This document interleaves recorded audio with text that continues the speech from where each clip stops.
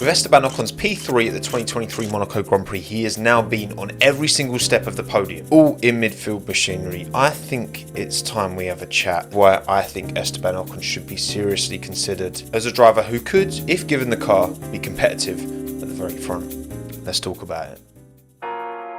Within a sport that's full of so much privilege, so many rich kids, so much money, he's made it through such humble beginnings. Now, I did do a full video over a year ago, I think, maybe more like 2 years ago, talking about Esteban Ocon. Super humble beginnings from Evro, from northern France. His dad was a mechanic. They lived above the mechanics, going through his karting career, showing promise. But in order to finance it, they then sold all that up, jumped in a motorhome with their dog, would drive around Europe, getting Esteban to these karting events, put everything on the line. Now, after doing that video, I got so much more respect for Esteban.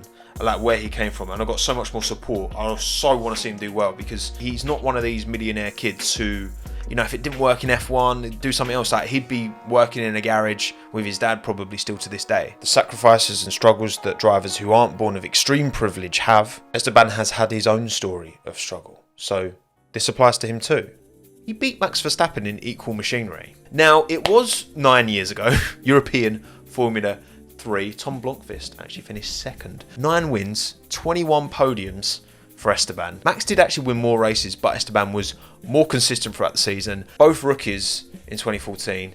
Esteban was 67 points ahead by the end of it all. Went on to win GP3 the year later. Obviously, Max got the jump up straight to Formula 1 in 2015. So that would have been hard for Esteban to take, I'm sure. Again, we know them two have got history in Formula 1. Fighting on track and then, you know, a little bit off of it.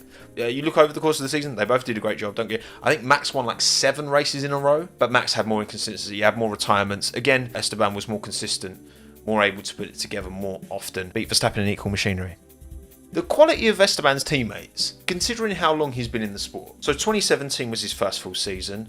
So 17, 18, didn't race in 19, 20, 21, 22. This is his 6th season in Formula 1. So 1 fewer than Lance Stroll. Okay, 6.5, because he had like 9 races with Manor. But the quality of his teammates, incredible. First full season in 2017, Force India, alongside Checo Perez, right? Checo, well established at this point, been at McLaren, been at Force India for years. Ocon was only outscored by 13 points, 100 points to 87 by the end of the year, right? 13-7 to Perez in qualifying, head to head. And that average gap was less than a tenth. In your rookie full season, I don't know, Perez isn't known for his qualifying pace, but he's no slouch, is he? Come on now. He's not dawdling around, is he? And I mean, 2018 qualifying, Esteban absolutely slapped Checo 16-5, although wasn't able to convert points-wise, Checo finishing ahead. However, Esteban did have 3 more retirements than Checo that year. It was a messy season, but it was quick from Esteban. Ricciardo probably did the biggest job on Esteban of all of his teammates. Very much put him in his place, massively outscored him. I think Esteban kind of struggled with that Renault. Again, he'd just come into that team. Ricciardo had been there the year prior, obviously Hülkenberg's teammate in 2019. Ocon came in and replaced Hülkenberg. It took him a while to get on top of that car, but he did eventually. Obviously, he's still with that team to this day. And then Fernando Alonso. When you talk about top tier teammates, and Fernando Alonso's 2 seasons together. 2021, 10-6 to Alonso in qualifying.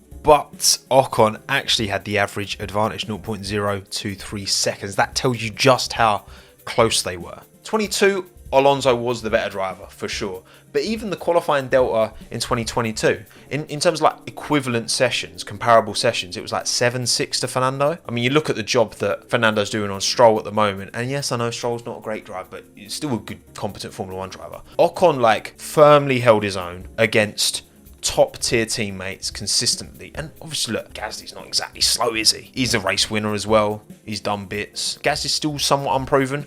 But again, Checo, Ricciardo, Alonso, all drivers who were in good machinery at the time as well. This was Ricciardo in a Renault, which was arguably 2020 Ricciardo is probably my favourite Ricciardo. That combination, that vibe. Look at the levels that Alonso's setting right now. We're seeing it today. He's showing that he's every bit as talented as he think he ever has been. And Ocon was close. Look at the stats, right? Yeah, in the races in 22, Alonso was clear and deserved like 60 NFs to Esteban's 2 or something, whatever it was. It's Fernando Alonso, like, just to be close and like qualifying pace to pretty much be the same. He's not considered anywhere near in these conversations, and I feel like maybe we should be.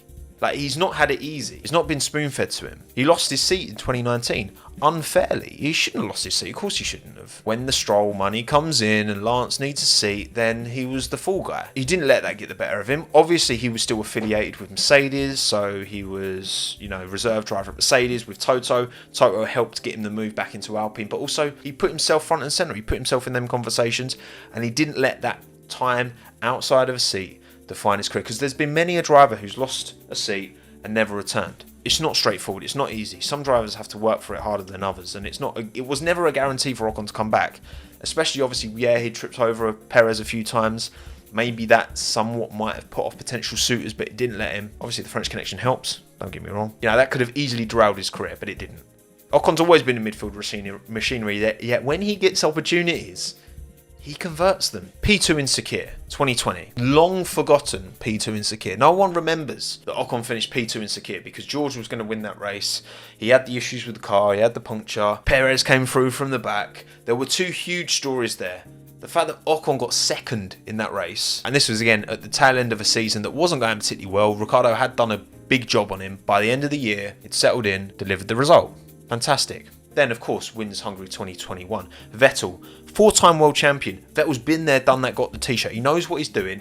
Pressure, lap after lap after lap. Yes, of course, massive benefit. Everyone else getting bowling balled by Bottas and Stroll, right? But the opportunity was there. You need those opportunities to present themselves when you're in a midfield car in order to get these wins, to get these podiums. And he took it, and he took the opportunity. Didn't let Vettel get past, didn't make a mistake. So impressive, given the calibre of driver who's putting pressure on. Almost 2021, a P3 in Saudi Arabia. I remember Bottas drag race down the line. Mate, so close. So I remember Valtteri's little hand going, good for you, Valtteri, well done, but you're in a Mercedes. And Ocon was in an Alpine. You could argue he didn't take the opportunity, but I mean, to hold off Valtteri for as long as he did, so good. So impressive from Ocon. He was gutted, obviously. Now we come to this weekend in Monaco. You look at Ocon getting 0.188, I think it was, within 0.2, in an Alpine, ahead of Sainz, ahead of both Mercedes, clear of his teammate by like three and a bit tenths, I think it was. And then obviously Monaco's the place you do it, because then good start, holds on to position, good strategy, didn't make any mistakes. Sainz putting loads of pressure on him. Like, you remember, was it Hamilton last year at Suzuka, putting mad pressure on Ocon, didn't let him past. Ocon's defensive capabilities, yes, he is somewhat guilty. Zandvoort, I remember Alonso kind of pushing him off. He's been guilty of overstepping the mark relative to teammates. When he's defending, not against teammates, against everyone else, I think he's a quality defensive driver. He's shown on numerous occasions. Again, converted when that opportunity presented itself. That is not easy to do. Many a driver has bottled a great opportunity. Nico Hülkenberg, I'm sorry, many an opportunity to get a podium in his career. Some of them didn't go well, outside of his control. I did a video on that as well, actually. But many were bottles from Nico. You can't just assume these drivers are going to take these opportunities, because they come so rarely. So there's all this pressure, there's all this expectation. You're like, oh my God, like, we're not going to get many more of these shots. And you can trust Ocon to take it most of the time. To wrap things up, he just seems like a top tier bloke. He's just like a really sound fella. If you want someone to support, part of the reason I support Alex, his personality, his character, he seems like a laugh. And I feel the same about Ocon. What's beautiful about Formula One is that you've got all of these different individuals who are brought together by this shared passion, this shared interest, this thing that they're 20 of the best, not the best, but 20 of the best in the world at, right? Yet you can have such different varying characters and personalities. Kimi Räikkönen, Daniel Ricciardo, as completely different. I think he's always been this character, but he's kind of coming out of his shell a little bit more, I suppose. And he's like embracing socials, which is nice to see. Like, we get a bit more of insight into these drivers. And he just seems like a bloke that I can't really not like him. There's been a long time where Ocon's like not really had much of a fan base. I think that's affected how people have rated him. When Ocon would have his tussles with Checo, when Ocon would have his tussles with Alonso, which it takes two to tango, but a good amount of the time Ocon was, particularly with Alonso,